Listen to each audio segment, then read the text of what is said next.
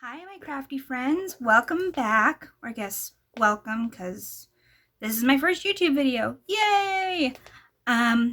Instead of doing a card process video as my first video, I've decided to share with you my ride or die crafty products. Figured that would be a good place to start, right? So let's jump in. The first thing I want to talk about is my label maker. I know, simple, I want to get the new Brother one, but I've had this for years. I love it. It's a great label maker. It's a Dymo. Does a couple different fonts, does multiple, stack levels, lines. There we go. And I really like it. It's a workhorse. It's great. I love it. Definitely you need a label maker in your studio. There are two inks that I love and I use every single day, no matter what I'm doing. And that is my Versamark, ink pad, and my VersaFine Onyx Black ink pad. This is my favorite black ink. I don't use it when I use Copics, obviously, but I do love using it when I'm stamping sentiment, stamping images I'm going to color just with my colored pencils, which I'll talk about later. And you can probably hear Henry in the background. And yeah, these are just, I love these inks. I use them every day. They're perfect. I have a couple of adhesives that I like to use, and I use the Ranger Multimedia Matte adhesive. I've got it in a needle tip bottle, if you can see that right there. Sorry. See that right there? I think this is my favorite liquid glue. I use a couple of different types, but this one is the one I always go back to. As for dry adhesives, I live and die by the score tapes. I get mine off of Amazon, and I always get the 1/4 inch and I get the 1/2 inch. I do have the 1/8 inch as well. I don't use it as often, so I don't buy it as much, but these two, I just bought 2 3-packs. One of the 1/4 inch, one of the 1/2 inch, because while it looks like I've got a fair amount left, this won't last me a month. This will last me 2 weeks max. So I'm excited to share this with you guys because I love this tape. The only thing is, once it's down, it is not coming up without you destroying your project. So you have to be super careful. Otherwise, bye-bye project. Now for embellishments, I have a brand that I want to talk about. I like Studio Katia, and they're kind of like on their rise in my list of brands that I like. But my ride or die brand for gems, pearls, whatever, is Little Things from Lucy's Cards. I love her mixes. I love her gems. I love her pearls. Everything about her store that she does, I adore. It is so perfect. And everything comes in 3 different sizes, so it's great for doing, the 3 at the top, 2 at the bottom, or however you want to do your gems and pearls with odd numbers or with 3s. But, I mean, this is worth paying the shipping from England. This is 100% worth it. I usually save up to make a larger order, but I do that. I don't even go to Simon Says Stamp anymore to get them. I go straight to her site. So check her out. Check her out on Simon right now. Her shop is currently closed, but I believe she's still got stuff on Simon Says Stamp. So definitely check them out there. Now for tools, I have 3 things that I, again, use basically every day. First off, most people recognize these, the Cutter Bee scissors. These are the sharpest, nicest scissors I have ever owned, and I love them, and if they break or get gunked up, I am buying another pair. No question about it. And of course, you can't go wrong with a thing of reverse tweezers. At first, I got this and I didn't really use it. I've just started using it more recently within like the past 2 or 3 months, and I now see why everybody talks about them, because they are amazing for applying die cuts and getting glue on the die cuts, and they're perfect. These ones are from EK Success. And then last, I have a craft blade, specifically a Santoro London craft blade that actually came with this gorgeous girl cutting mat, which I love this mat too. I have a new mat though, but I love it. It came with extra blades, so I can replace the blade when it gets dull, but it really doesn't because I don't use it so much for cutting. I do cut with it, but I use it more for taking the backing off of my score tape. I have really short nails, and so peeling that backing off is a pain and a half. And so I decided maybe I'll try this, and it worked perfectly. I love it. You can pry this from my cold dead hands. Okay, there are some stamp sets. There are 2 stamp sets. I love all of my stamp sets, but there are 2 stamp sets that I use at least 2 to 3 times a week, if not more.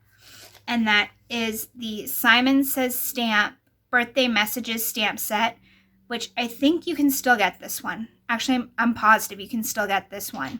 It's just a bunch of different birthday messages. They're small. There are some that are bigger and bolder.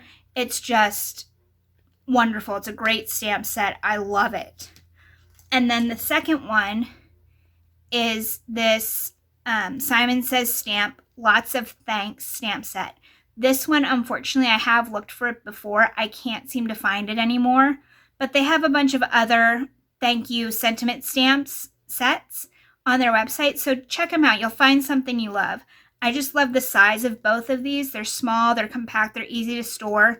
But I use them so much that the stamps are literally falling off of the packaging. I really need to wash them in soapy water or something to see if I can get the stick back. Sticks to acrylic blocks fine. Doesn't stick to the packing so much. Anyway, that's beside the point. I love this stamp set because it's got, Happy Thanksgiving, just a general thanks, got a thank you, thankful for you, thankful for your friendship, and sending thanks from the heart. So you're kind of covered with everything you want to say. You've got it in this one stamp set. So, yeah, I had to share it with you guys. Now, another tool, which you might be able to guess it, you don't even know me, but you can probably guess it. I'm a card maker. The Misti stamping tool. I bought this when I made the thank you cards for my aunt's wedding. I was just getting into stamping. I was going to be doing layered stamping, and I didn't trust myself to do it with an acrylic block. So I bought the Misti, the original Misti. This isn't the new version, as you can probably tell. But this thing is a total lifesaver. I mean, it is a workhorse. It is fine. I've had this. This thing gets beaten up, as you can tell, and it still works wonderfully. I use it for background stamps, small stamps, big stamps. I have the little grid from Simon Says Stamp line so I can line up sentiments so they're straight. I have the Creative Corners set that goes with this as well, and I love it. I did add washi tape to the edges to make it easier to open, and I did add washi tape to the magnets that all of them were broken. But anyway, to the magnets to make them easier to pick up because they're really, really strong. So if you ever hemmed and hawed about, oh, should I get it? Should I not get it? Is it worth it? Trust me, it is worth every single penny. And they have a smaller one, a smaller card, just like A2 size one, that if you don't want to get the normal size, which is like 6.5 by 9 approximately, because it measures 8.5 inches, but there are 2 squares, so it's approximately 7 by 9 or something like that. But it's great. It's wonderful. If you're looking into getting one, I say do it. It is just the perfect thing ever. Perfect thing ever. That didn't make any sense. Now when it comes to coloring, I love coloring. And I love my Prismacolor pencils. Oops. And they are my favorite colored pencils right now. I am still waiting on, I ordered some replacements, but because of the shutdown, Prismacolor isn't sending stuff into Blick apparently. And that's where I ordered all of my replacements from. And I'm still waiting on like 20 pencils. I'm not happy about that, but I understand. but I keep them in this zippered case. It's the perfect size. It holds all of them. And it also holds the next thing I want to talk about, which is the Derwent colorless blender. I used to use Gamsol. I still do use Gamsol. But the Derwent colorless blender is amazing. It blends the colors together nicely. It gives a seamless blend, and it just smooths out any roughness that's on the color either. And it works beautifully. And I know I've also used the Prisma one. The Prisma one is good too, but I like the Derwent better. It's a bit thicker than well, here. This is how narrow the Prisma one is, and then compare it to the Derwent. The Derwent is slightly larger, and it's got a thicker tip. You can see that, and then this is the Prisma. I use this one when I'm doing like the Prisma one for when I'm doing really small areas, but I use the Derwent for bigger areas like clothing, skin, that sort of thing. So both of these things, if you're looking into getting some coloring mediums, invest in good things. Prismacolors, Faber-Castells, invest in something that you're going to use for the rest of your life. It'll be the best idea. Let's see, gotta put my little feather back. The other thing I like to use to color is I love watercolors. I love watercoloring. I have quite a few palettes, but my favorite one is the Mission Magello, or the Magello Mission Gold palette. It looks like this. I got mine from Amazon in a kit that came with this palette and all of these colors, and I use it, as you can see, I use it quite often. I've refilled multiple wells multiple times because you do get this squeeze tube of the paint, and you can just refill them as you go. But I love this palette. The colors are vibrant, they're creamy, they blend out wonderfully. I love them. And an honorable mention actually goes to my Arteza, somebody tell me how to say that, Arteza real brush pens. I love those things. They're great. I love using them on Bristol. Speaking of paper and Bristol, this is my favorite paper to use for pencils, real brush pens, ink blending. I love using the Strathmore Bristol smooth paper. I did the other day accidentally buy the Bristol Vellum. I'm going to give it a try, see what it's like, but I actually then went on Amazon and ordered 2 packs of the Bristol Smooth because it's what I use the most for card fronts and stuff. When I'm doing an image, I won't stamp it onto the card because it doesn't blend as well, I feel, on the cardstock that it does. The Bristol gives it a bit of a slick surface to blend onto, and it just, in my opinion, it works better. But I couldn't go away without mentioning my favorite paper, and I only use Neenah 110 pound Solar White Crest, whatever, paper to make my card bases because it's heavyweight, it's a good quality, you can stamp on it really well, and it comes out crisp and clean. But I prefer to color on this, if that makes any sense. So that's it, guys. Those are my ride or die, and I'm really sorry about the shaky camera. I am so sorry. Oh wait, no, I forgot one. I talked about Versamark.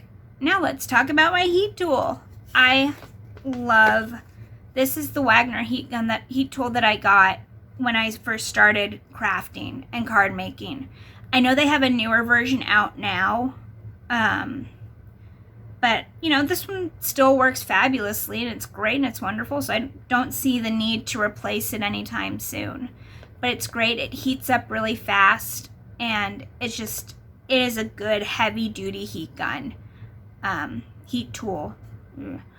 So if you're in the market for a new heat tool, I definitely say check out Wagner. You won't be disappointed. And now that's it. That's it for today's video, for my first video. I hope you guys enjoyed it. I will leave my social media, my Instagram and my Etsy shop linked down below. And I hope to be seeing you soon. If you liked what you saw, please consider subscribing or giving a thumbs up if you liked this video. And I'll talk to you soon. Bye, guys.